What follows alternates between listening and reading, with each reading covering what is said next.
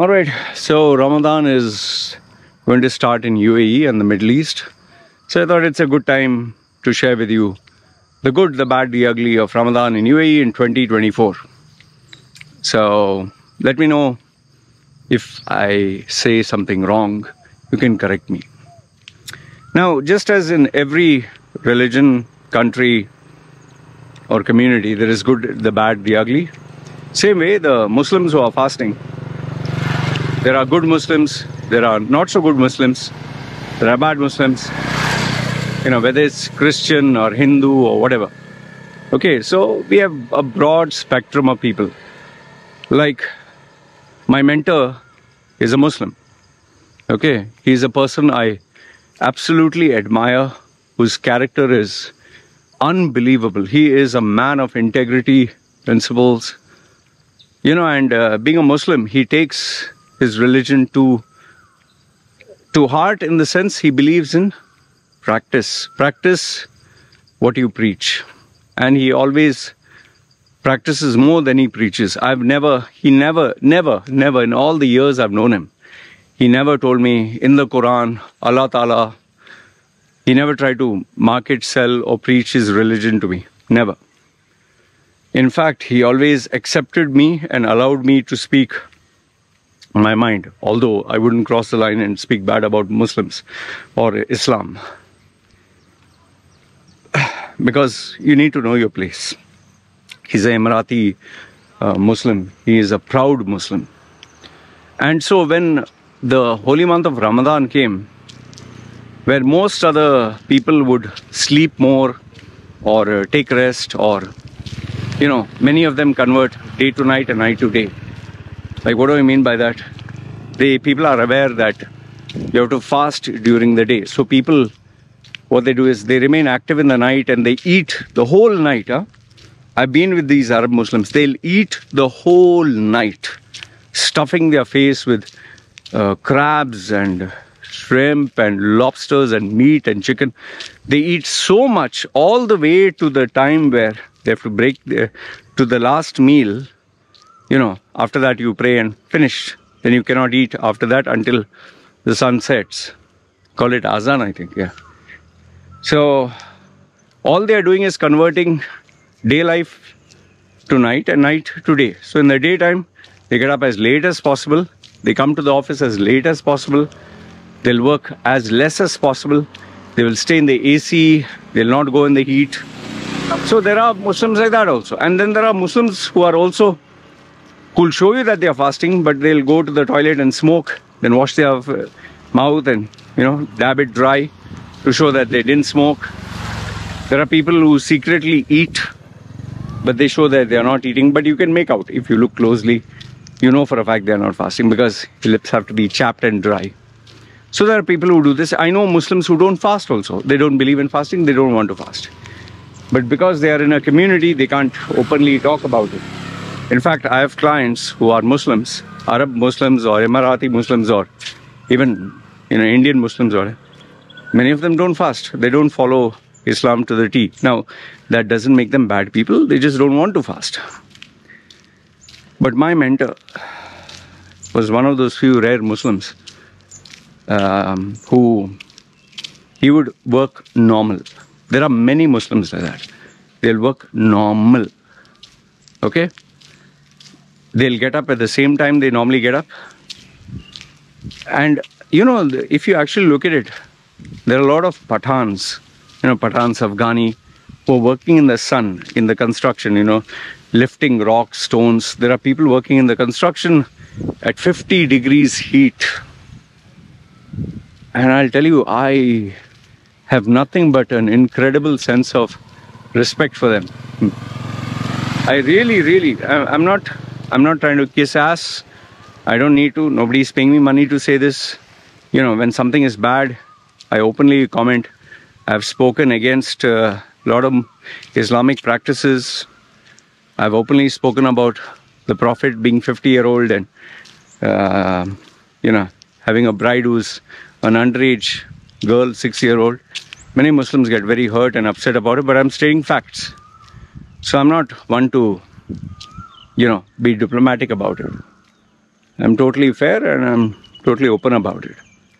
Where things are wrong, yes, they are wrong. But where things are right, we should not ignore it. That kind of bias should not be there. And I'm telling you, these Pakistani Muslims, these Pathans, these Afghanis, they will fast. How I know? I have also interacted with such. They will work in the construction, they will pick up stones, heavy stuff, everything. But they'll not touch a sip of water. They will be drenched in sweat. You know, many of them lose up to 10 to 15 kilos. One of the guys, Muslim, I think, Pathans or whatever, he makes bread, you know, bread, that Pakistani naan, roti. It's so hot, it's bloody hot. And this guy was like sweating, but he was making, and you know, they're getting ready to break their fast. I asked this guy, must be so difficult fasting, right? He said, Allah gives me strength. And I said, I asked him, like, how much weight do you lose? He says, I lose 10 to 15 kilos. He's saying, but I take it as for every blessing he gave me and my family. You know, so they are spiritual people. And what makes his work tough is he has to keep kneading the floor, you know, with his fingers. He has to work in that heat. It's so hot, you know, they put their hand inside, you know, that oven. And then I told you, there are people on the road and streets where many times if you take them for manual labor, they will come and help you, or if you pay them money. Like once during Ramadan, I was doing shifting of the house. I asked one of these guys. They came, 2-3 guys. And then I totally forgot. But I offered them cold drinks and said, nahi bhai, hum log, yeah, we told Ramadan hai. Oh, I felt, oh, sorry. नहीं, भाई, आप Muslim थोड़ी है, आप पियो. He didn't mind that I was going to drink. I said, no, I'm not going to drink. But for you, he said, no, we don't want. We are fasting. They were sweating, huh? Heavy. You know, you're talking of the freezer, the fridge, the washing machine, all the big stuff he was lifting. The cupboards and the books. But so there I have to respect these people. And I'll tell you, fasting is not that easy, huh? And especially when it's hot, especially when, you know, the first few days. Yeah, your body gets used to it after some time, but the initial few days are tough. So we need to give respect and kudos to those Muslims who really practice what they preach. And like I told you, my mentor, he never preached, but he lived he still lives the proper Muslim life. He will do work, he'll work in the sun, he will work late hours, he'll go to the gym, everything he will do proper. Okay? But then there is the other side, and this is where the majority come. The majority of them do fast. I'm not saying they don't fast. But then they become very grumpy, very irritating. Oh goodness. And some of them are like, in Hindi they say kaam chor, no? Means they will work less. And there are many companies in UAE that actually find it silly. They're saying, oh, because our Muslim brothers and sisters are fasting, so they will come at a later time. Okay, if suppose they were to check in at 8, they'll come at 10. And if they had to leave at 4, which normally Emiratis leave straight shift or they go early, they will leave at, you know, 2-3 hours earlier. There are companies, even multinational companies, who allow that. And on top of that, there are many of them who give them less work. And they'll tell people who are not fasting, you will have to, means they don't explicitly say it, they will just say in diplomatic words, you have to support, we have to support our Muslim brothers and sisters. In other words, you're going to do his work. You're going to work late hours. You're going to work from home. Now work from home is a concept. Make sure you complete his job. There are people like that also. And there are many Emiratis who take advantage of this. They will come late, they will go early, they will try to show long face, they'll try to show very holy. The ladies who will not put makeup, obviously you can't put makeup, and they will keep adjusting their scarf like this and try to be holy-poly. So there are those kind of people also. But many of them are they get very irritating, because remember, the hangover is there. Especially people who are addicted to food, sugar, cigarettes, alcohol. And in this category, there are some funny Muslims also. What do I mean by that? Like, there are people like who will not go have sex with prostitutes or girlfriends, will not smoke, will not drink, will not do all that stuff for 30 days. But the day Eid is declared, they will not only smoke, drink, fuck, they will do every single thing. In fact, they will compensate for the days they did not. So then I wonder, what was the purpose? And the excuse is, I was doing a spiritual detox, cleaning my system. Yeah, cleaning a system to put shit into it again. In fact, at least where I give kudos is, at least you have succeeded in doing the 30 days. But then there are people who namesake will show you that they're doing, but they don't do. And then there are many people who make sure that they go on a holiday during Ramadan to non-Ramadan or non-Muslim places. There are so many Saudis and Arab nationals who come to these southeastern countries for holidays. What are they doing? Fasting. They do it fast, very fast. Some of the rules, well, they say out of respect you should not do it. But then again, like, they will not cook food. They're not allowed to eat food outside. They're not allowed to cook. Okay, Dubai has moved a little bit more modern, where now they allow companies that apply for a special license to serve food outside, but it is barricaded. It's a good way to make money. Special license it's called. So there you can make money. So they will cover, and they'll make sure the food that they're serving is not, strong in smell or anything. Mostly sandwiches, cold stuff, croissants, coffee, tea, but it's covered.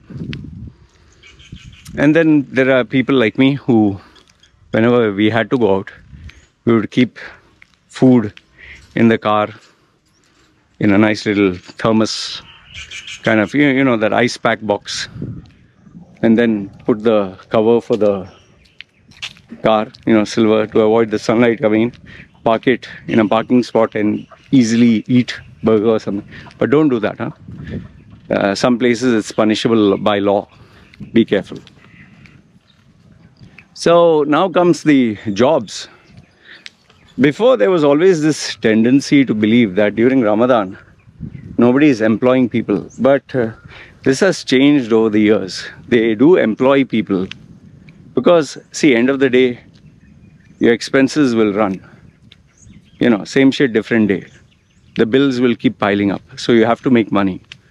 Only thing is, they will make the decisions. Either they'll make it faster, or it'll take time to decide. One of the two.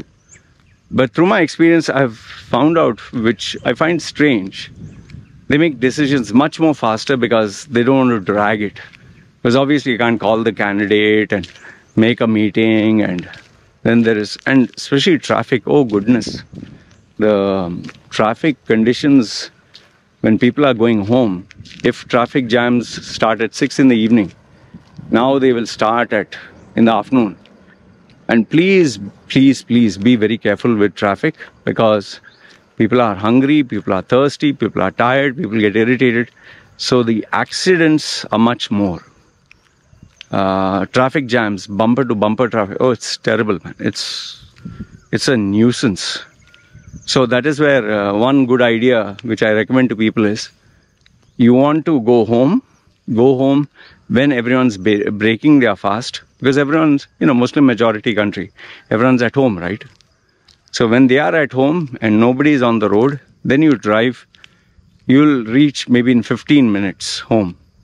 The same journey if you take when people are driving back home to get home on time, it might take you 2.5, sometimes even 3 hours. If there's a traffic jam, or an accident, easily, what took you 15 minutes to drive without traffic, 2 hours, 3 hours, one way, huh? It's a nightmare. So, I know, some people do ask me, should I come to UAE during Ramadan? See, if you come to UAE during Ramadan, you're not going to get the nightlife and all the pleasure and all the fun. And so if you're coming for holidays, no, you can't, obviously go to the beach and sleep half naked. So everything is dull. But if you want to experience without that side, it's very, very cheap. Hotels cut their rates. They make it much more affordable, cheaper, because nothing is happening.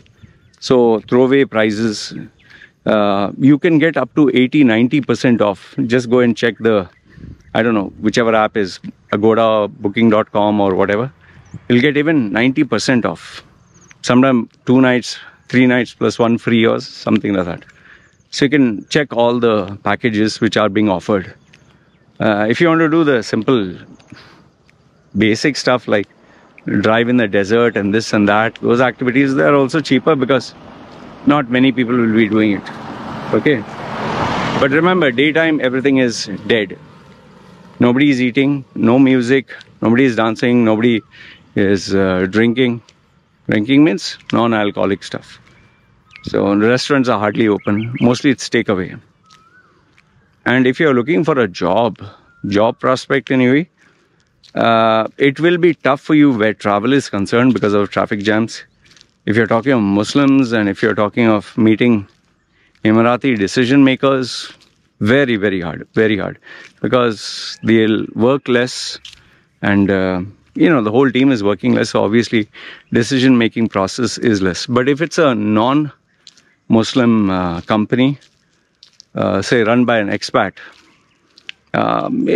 things go normal as usual. Only challenging bit is the government, the ministry, legal work, all will be delayed.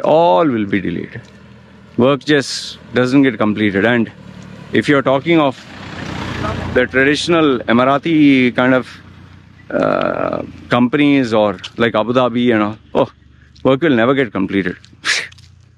Dubai, at least, Sheikh Mohammed has made a standard, so people still maintain the standards. He's a visionary. He tries to keep it modern. But then be careful where you're talking Abu Dhabi and then places like Sharjah. By the way, you'll be surprised to know, places like Ras Al Khaimah, because my friend used to be there, they will still have their... I've actually seen Arabs, locals, go to bars and pubs and they serve alcohol. They don't give a damn in Ras Al Khaimah. There are places I've seen with my own eyes. I've been there. So they don't care. Who cares? Live and let live, no? So yeah, if you're looking for jobs, just keep in mind that if you're dealing with the Emirati company, it's very, very hard. If you're dealing with governments, that will be delayed.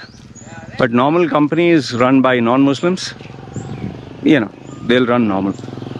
Will it be a challenge? Yes. The biggest one will be the traffic situation and meeting decision makers. Because everything gets thrown out of whack. But yeah, be careful during Eid. I'll make a separate video on that. My goodness, during Eid I tell people, stay at home. Don't go out. Seriously. And that I'll make a separate video on that. Why? If you're not a Muslim, stay at home. Anyway, this is what I wanted to share. Did I cover all the points? Yeah, I think I've done most of the points. So you can tell me if you feel I've missed out on anything or I'm wrong anywhere. This has been my experience about life in UAE for 40 years, and I don't think it's ever going to change. Human behavior remains the same. But like I said, there are good Muslims, there are not so good Muslims, then there are bad Muslims, and then there are those who are live and let live. I do whatever the fuck I want. You do whatever the fuck you want. All kinds of people make our world. So every religion, different people, different categories. So that's how life is. Anyway, this is what I wanted to share with you. Let me know your thoughts. And, just be careful when driving. Be careful. That's all I'll tell you. Safety comes first. All right. And if you're genuinely one of those people who is fasting and who is not preaching but practices what he preaches, nothing but respect to you guys. It takes a lot of willpower, self-control, discipline to do what you guys are doing. So anyway, this is what I wanted to share. Let me know your thoughts in the comments below. Feel free. And if I'm wrong anywhere, just correct it. Okay? You guys take care. It's me signing off. Ciao.